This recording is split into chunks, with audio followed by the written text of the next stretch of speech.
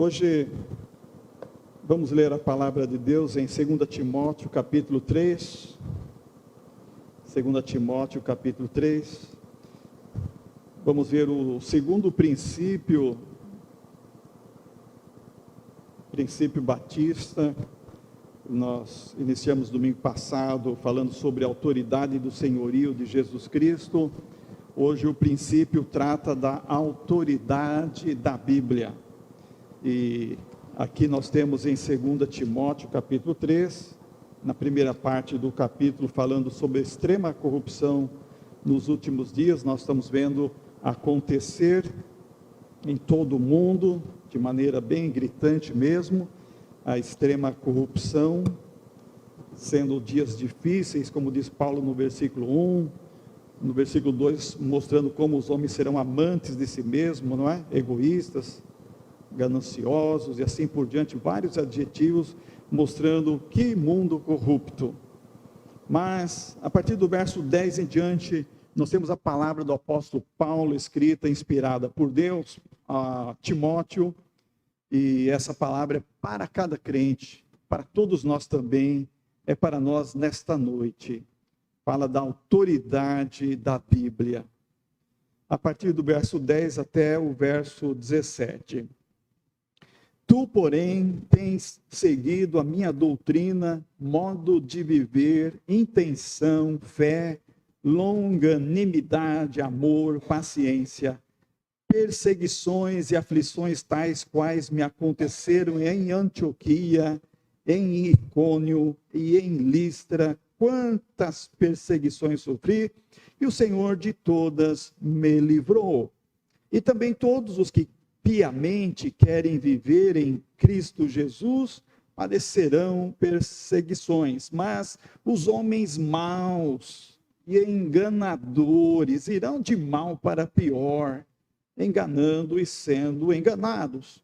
Tu, porém, permanece naquilo que aprendeste e de que foste inteirado, sabendo de quem o tens aprendido, e que desde a tua meninice sabes as sagradas escrituras, que podem fazer-te sábio para a salvação pela fé que há em Cristo Jesus.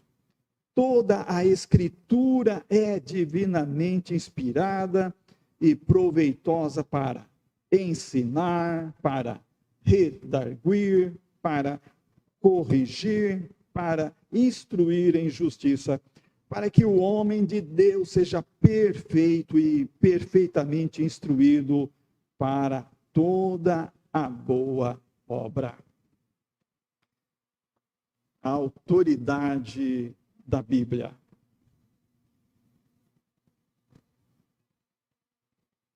É uma conexão com o primeiro princípio que vimos domingo passado, a autoridade do Senhor Jesus Cristo.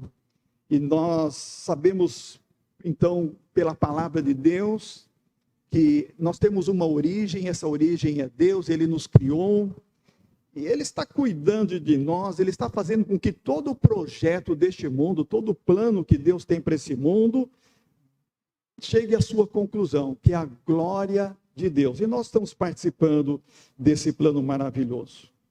Mas eu queria antes fazer a conexão com esse ponto, ao senhorio de Jesus Cristo, com a autoridade da Bíblia, falar mais um texto que está em Lucas capítulo 2, antes mesmo do apóstolo Paulo escrever aquela frase que mencionei domingo passado, o Senhor Jesus Cristo. Ela foi dita também pelos anjos, antes no nascimento de Jesus. Em Lucas capítulo 2, falando do nascimento de Jesus, o anjo falou: não temais, porque vos trago novas de grande alegria para todo o povo, é que hoje na cidade de Davi vos nasceu o Salvador, que é Cristo o Senhor. Então aqui nós vemos, antes mesmo de Novo Testamento ser desenvolvido, as escrituras do Novo Testamento, o anjo já havia falado: Jesus é Deus, Jesus é o Senhor, Ele é o Messias, o Salvador que veio para salvar o seu povo. Por isso é motivo de grande alegria toda vez que nós recordamos do nosso Salvador. Então esse segundo ponto hoje, o princípio da autoridade da Bíblia, nós vemos especialmente aqui em 2 Timóteo capítulo 3. E o versículo 16 que eu quero destacar, e daqui a algum pouco eu falarei mais sobre ele. Toda a Escritura é divinamente inspirada. Dá uma olhada na sua Bíblia. Ela precisa ter o verbo ser depois de Escritura. Precisa estar escrito, toda a Escritura é divinamente inspirada. Porque não é só alguma parte da Escritura.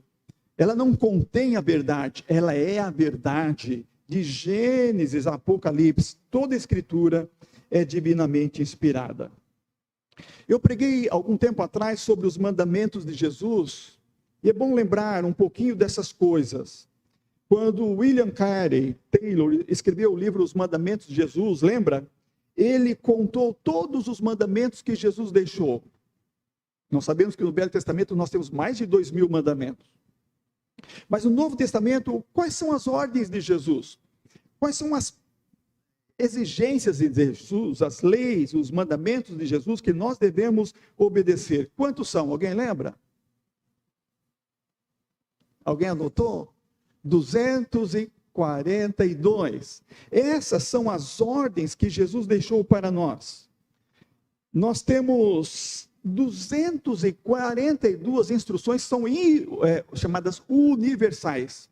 É para mim e para você, é para todo mundo, em todo este planeta, onde o cristianismo alcançar com a pregação do evangelho. São chamados mandamentos universais, deveres universais. Eles foram divididos em particulares, então 3 deles foi só para aquelas pessoas naquele tempo, naquela época, como Jesus falou para aquelas mulheres de Jerusalém: chorai por vós e por vossos filhos, não por mim. Jesus estava carregando a cruz, não é? Aquele é um mandamento que Jesus deu particular para aquelas mães em Jerusalém. Ou aquele mandamento que Jesus disse para Pedro: vem andando sobre o mar, não é? Ninguém pode usar aquele versículo para dizer eu vou andar sobre o mar. Foi uma ordem específica que Jesus deu apenas para Pedro. Então tem lá outros tipos de mandamentos, vários tipos de mandamentos como morais, mandamentos eclesiásticos, mandamento civil, né? Dai a César o que é de César, dai a Deus o que é de Deus. Mas especialmente nós focamos os mandamentos evangélicos. São os mandamentos que nos explicam, não é? Como Deus nos ama. E Ele providenciou a nossa salvação, a nossa redenção através do sacrifício de Jesus Cristo. Então, isso importa para nós. O que Jesus nos manda fazer, o que Jesus nos manda transmitir ao mundo. E nós temos esse dever de levar às nações essas palavras de Jesus, porque a Escritura tem autoridade, ela tem poder de vida. E quando alguém recebe a palavra de Deus, ela recebe o poder da vida. Por isso que a palavra diz para Pedro, né? Para quem iremos nós, Senhor? Só tu tens as palavras da vida eterna. Quando Jesus perguntou se eles não queriam voltar atrás, como muitos estavam voltando atrás, quando Jesus começou a exigir mais sobre a sua autoridade, sobre as exigências do discipulado, então Pedro disse: nós não temos para quem ir, Senhor, só tu tens as palavras de vida eterna. Então o que importa são as Escrituras. Este princípio nosso, chamado batista, mas na verdade ele é um princípio universal, a Bíblia tem toda a autoridade sobre mim, sobre nós, como servos de Deus, como filhos de Deus, como discípulos de Jesus Cristo. Então isso que é importante. No mundo como esse que nós estamos hoje, às vezes é difícil a gente convencer as pessoas sobre a autoridade da Bíblia. Elas acreditam em outras autoridades, em outros documentos, em outras legalidades. Elas encontram até na cultura algum fundamento para a sua crença, para o seu pensamento. Então isso não importa. Não importa o que a pessoa pensa, não importa o que eu penso, o que importa é o que a Escritura fala, o que importa é o que a Bíblia diz. Um exemplo que eu tenho trazido hoje, porque amanhã, em alguns lugares, isso será mencionado, isso será talvez até celebrado, é essa festa que é chamada de Halloween. É incrível que muitos crentes e cristãos no mundo estão adotando esta festa porque dizem que não faz mal, não tem importância. Então elas usam o argumento cultural do que ela pensa ser certo ou errado. Mas o que importa é, e as Escrituras? O que as Escrituras falam sobre isso? Por exemplo, olhando a origem desta festa, eu até publiquei na minha página na internet, publiquei nas minhas redes sociais um pequeno resumo sobre esta origem, bem obscura. Ela remota à cultura celta. Os celtas viveram entre 600 anos antes de Cristo e 600 anos depois de Cristo. Eles influenciaram a cultura da Europa. Eles eram oriundos dos povos indo-europeus, e eles acreditavam em muitos deuses. E eles acreditavam que no dia 31 de outubro, havia uma mudança no tempo e no espaço, e que havia o início de um novo ano de feitiçaria. E os feiticeiros tinham uma nova oportunidade. E nessa data, 31 de outubro, eles acreditavam que os mortos voltavam. E voltavam para os seus lares para exigir comida, porque era, de fato, o tempo da colheita, e assim as pessoas associavam a festa da colheita com essa festa, esse ritual bem macabro, porque o nome dela, traduzido em português, dessa festa é o Senhor dos Mortos, e nós sabemos quem é o Senhor dos Mortos na Bíblia, é o diabo, é o pai da mentira, e essa festa migrou para os Estados Unidos no século XIX. E lá eles associaram a abóbora, porque na Europa eles usavam o nabo. O nabo fazia escultura de rostos de pessoas. Naquela noite eles saíam com fogo e com aquelas esculturas para afugentar, aparentemente, os espíritos. E isso simbolizava, então, a imortalidade. A abóbora e esse ritual que eles faziam, um ritual bem demoníaco. No século XX, nos Estados Unidos, ela se tornou uma brincadeira. A festa se tornou uma brincadeira, se tornou uma das principais festas nos Estados Unidos. Aqui no Brasil ela tem sido introduzida através especialmente das escolas, uma brincadeira, não é? Mas nós conhecendo o panorama histórico da origem dessa festa, dessa brincadeira, que podemos dizer é macabra, as crianças dos Estados Unidos vão de porta em porta dizendo assim, travessuras ou bons tratos. Não é? Então, é uma coisa assim, bem sinistra, é uma brincadeira que elas fazem para ganhar doces, mas às vezes isso aí pode fugir do controle. Então, como o Evangelho pode apoiar isso? A possibilidade do Evangelho apoiar, o cristão pode se envolver com essa festa? Eu creio que nem por brincadeira. A palavra de Deus diz em Efésios capítulo 5, versículo 11, não vos associeis às obras infrutíferas das trevas. Essa é uma festa, seja por brincadeira, seja por celebração ritual celta, europeia, é uma coisa das trevas, não é da luz, ela não tem nenhuma atitude de glorificar a Deus. Então nós como crentes, fazemos as coisas que glorificam a Deus.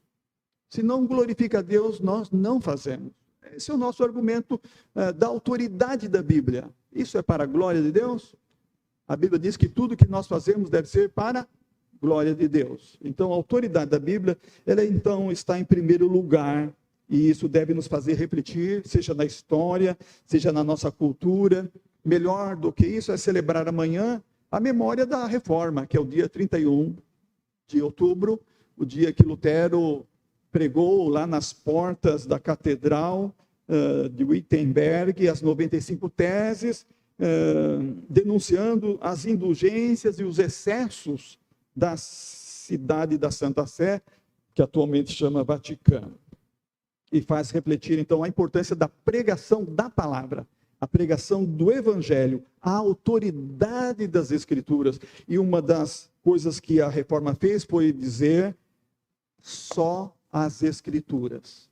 Então, a autoridade não está na igreja, a autoridade não está nos editos dos homens, nos concílios dos homens, mas somente nas Escrituras.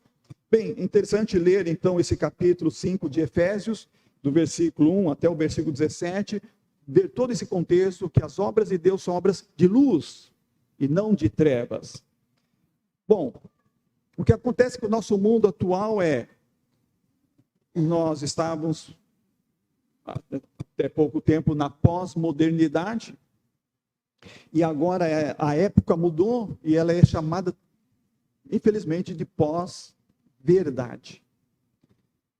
Há uma mudança de cultura, há uma mudança de mentalidade, e é por isso que nós ouvimos tanta mentira. O que vem pós a verdade? Mentira. A época já foi chamada até de pós-cristianismo na Europa. Agora nós estamos ouvindo falar de pós-verdade. Negam toda a verdade. Querem dizer agora o quê? Só mentira. Anunciar mentira, professar mentira, defender mentira, e nós como crentes, irmãos, precisamos mais do que nunca nos preparar com a autoridade das Escrituras, porque a palavra de Deus é a verdade, e não há como nós negarmos, ninguém consegue negar essa grande verdade, que é a palavra de Deus. Então, o que importa para nós é o que as Escrituras nos transmitem. É como disse Paul Washer, o que importa é o que as Escrituras ensinam e não o que você acredita. Então nós temos que dizer para as pessoas do mundo, olha, você não pode se enganar. O que importa é o que a Bíblia diz, não o que as pessoas estão dizendo, não o que elas estão acreditando. Nós temos, por exemplo, muitas razões para ler a Bíblia. Eu tenho um artigo, já publiquei ele na internet, se alguém quiser. Ele chama-se 47 razões por que ler a Bíblia. Falando da sua autoridade, relembrando a sua autoridade, confirmando a sua autoridade. Eu vou falar só um ou dois aqui, duas razões. A primeira razão que esse artigo traz é, por que ler a Bíblia?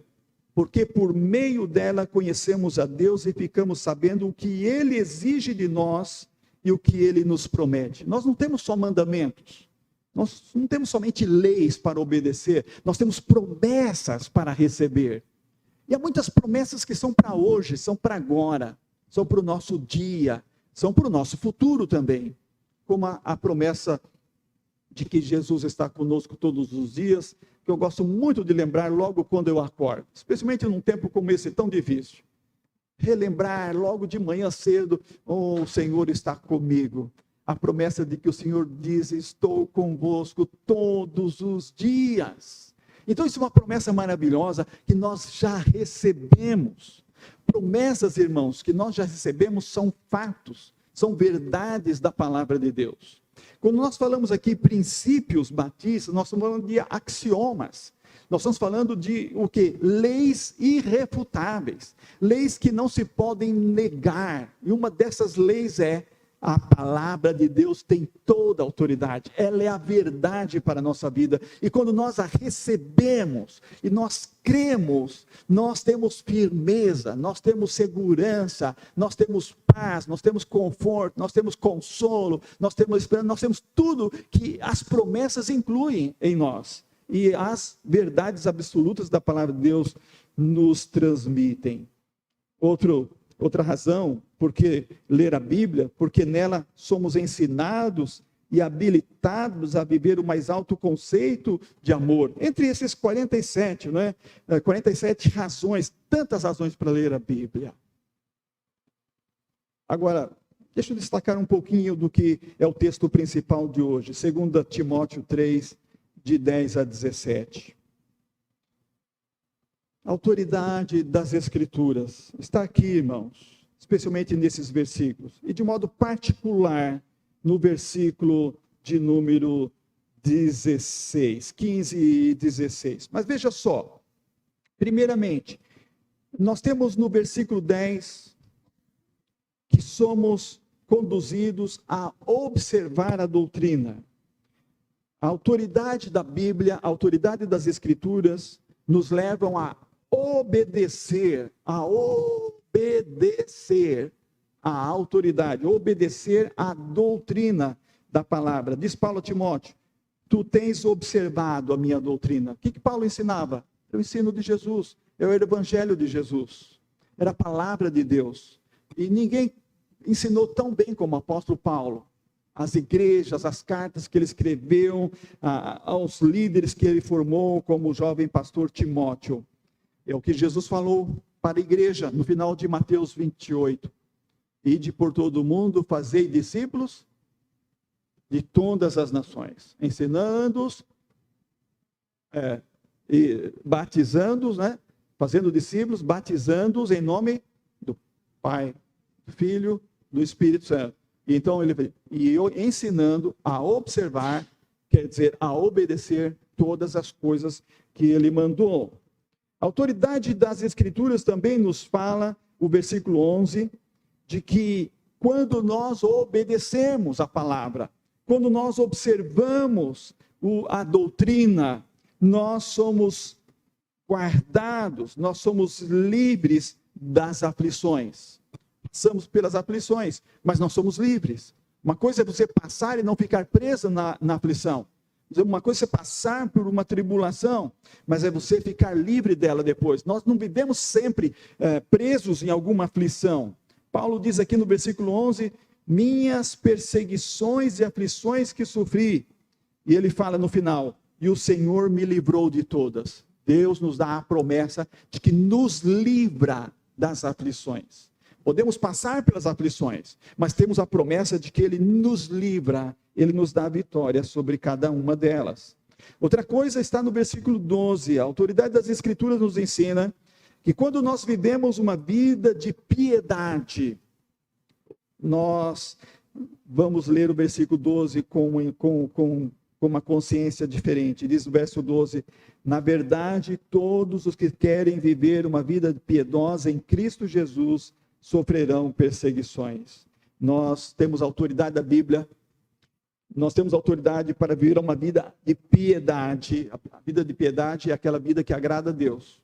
Quando você faz as coisas que agradam a Deus, você anda na luz, você pratica a justiça, você faz as coisas que agradam ao Senhor, você honra o Senhor com tudo o que faz. Então, você está vivendo uma vida de piedade. E quando você vive assim, diz o versículo 12, isso acarreta algumas perseguições.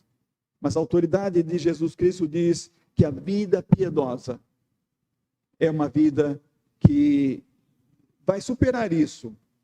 A perseguição é uma consequência disso, somente uma consequência.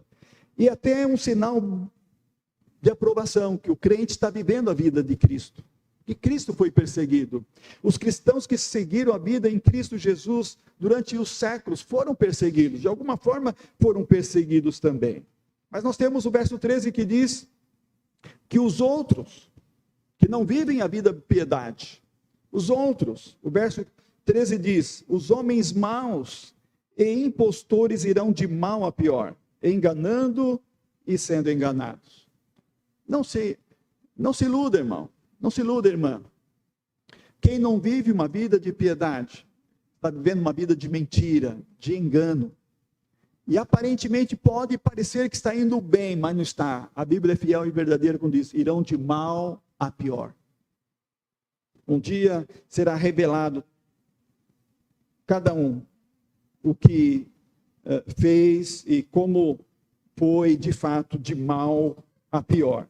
Verso 14, a autoridade das Escrituras diz que quem permanece firme, este então se identifica com essa Escritura. Tu, porém, permanece naquilo que aprendeste e de que fosse inteirado, sabendo de quem o tens aprendido. Permanecer firme. A autoridade das Escrituras nos ajuda com uma bênção maravilhosa, que é a bênção da perseverança. Eu, como Timóteo e alguns irmãos aqui, já desde a meninice aprendemos a palavra de Deus. Isso é uma bênção, permanecer como Timóteo estava permanecendo, naquilo que aprendeu, que é a doutrina de Jesus, que é o evangelho de Jesus. E isso é uma bênção, isso é uma coisa maravilhosa. Aqui nossos filhos, aqui nossos netos estão recebendo essa bênção de poder permanecer firme no que tem recebido, que é a palavra da verdade. Nós temos o versículo 15, aqui de uma forma também particular, destacada na vida de Timóteo, dizendo que as sagradas letras é fonte da sabedoria. fonte da sabedoria. Muita gente buscando sabedoria neste mundo. Salomão já escreveu que o princípio da sabedoria é temer a Deus. Que a palavra, as escrituras nos ensinam, primeira coisa, a temer a Deus, a considerar Deus como Senhor de nossas vidas, como aquele que criou e tem o governo nas nossas vidas. Então, as sagradas escrituras trouxeram a Timóteo a sabedoria para a salvação pela fé em Cristo Jesus. Então, essa coisa maravilhosa das sagradas escrituras. Quando alguém ouve a palavra de Deus pela primeira vez, como aconteceu com meu avô, ele começou a tremer, ele recebeu um impacto da sabedoria que veio da palavra de Deus e levou ele a despertar a fé em Jesus Cristo. Isso acontece com todo aquele que é chamado por Deus para conhecer a verdade que está no Evangelho de Jesus. Assim, aqui está em forma destacada no verso 16, a autoridade das Escrituras, a autoridade da Bíblia, está aqui no verso 16. Quando diz toda a Escritura é divinamente inspirada e proveitosa. Não sei, os irmãos já tiveram contato com pessoas que querem negar a Bíblia. Elas querem dizer que algumas partes da Bíblia são inspiradas, outras não. Refute isso. Refute isso. Porque no grego, este versículo está exatamente como está aqui na Almeida Corrigida Fiel e na Almeida século 21. E as melhores versões estão traduzidas assim em português. Toda a Escritura é divinamente inspirada. Então, Deus nos deu a sua palavra. Toda ela, podemos crer, toda ela é inspirada e proveitosa. E diz Paulo para muitas coisas aqui. Para ensinar, então nós somos instruídos. Para repreender, então quando nós precisamos de levar uma repreensão, Deus usa a palavra. Alguém vai citar a palavra para nós. O próprio Espírito Santo vai nos lembrar que aquilo que pensamos, aquilo que fizemos, aquilo que estamos sonhando, alguma coisa está errada, Deus vai nos repreender com a sua palavra. Ele vai trazer a palavra à nossa mente, à nossa memória. Ou alguém, Deus irá usar alguém para nos repreender usando a sua palavra. E ela é proveitosa para corrigir, não é só repreender. Então, alguém está se desviando do caminho e a palavra vem para fazer, olha, está totalmente errado. Esse caminho que você está tomando aqui, como peregrino lá, num dos desvios, até caiu no pântano da dúvida, tem que voltar para o caminho certo e seguir novamente o Senhor. Então, ele é para corrigir a nossa rota, corrigir os nossos pensamentos, corrigir os nossos planos, corrigir qualquer coisa errada dentro de nós ou no nosso entorno, para que a gente possa seguir obedecendo a Jesus em todas as coisas. E proveitosa para instruir em justiça. O que mais esse mundo está precisando? Instrução em justiça. O que a gente vê muito é injustiça. E isso é uma coisa que todo cristão fica triste quando vê injustiça. Então, veja quanta coisa útil e que a autoridade da Bíblia nos apresenta. A palavra de Deus está a nosso alcance e nós podemos falar às pessoas, ajudar as pessoas a conhecer a autoridade da Bíblia, até que elas irão dizer, como o apóstolo Pedro, para quem iremos nós? Só aqui nós temos as palavras da vida eterna.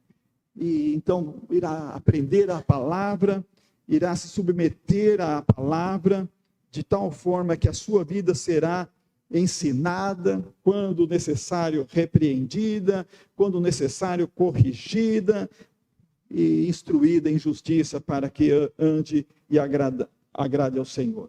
Então essa foi a oração de Jesus, que mencionei há poucos dias, quando ele orou para que nós que crescemos nele, quando crescemos nele, crescemos pela palavra. Lá em João capítulo 17, a oração de Jesus. É a palavra que nos traz toda essa bênção de ter o conhecimento e a autoridade que é a palavra de Deus na nossa vida.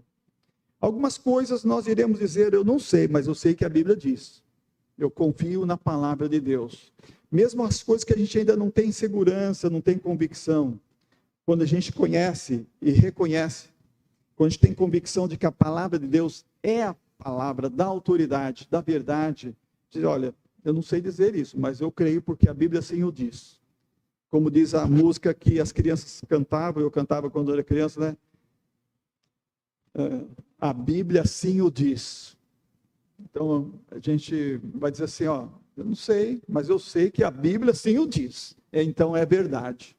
Eu creio na palavra de Deus. E que Deus nos abençoe, meus irmãos, para que nunca duvidemos da autoridade da Bíblia. Que ninguém nunca, jamais venha colocar em nossa mente alguma dúvida, como o diabo fez com muita gente durante a história, fez duvidar da palavra de Deus. Com a dúvida veio o pecado e veio a queda. Mas sempre orando, sempre lendo a Bíblia, sempre conhecendo a palavra, vamos ser como o jovem Timóteo. Vamos ser igual o jovem Timóteo, conhecendo as palavras da salvação, que trazem a nossa fé cada dia mais viva em Cristo Jesus, e ajudar outras pessoas a ter essa mesma experiência. Amém. E que Deus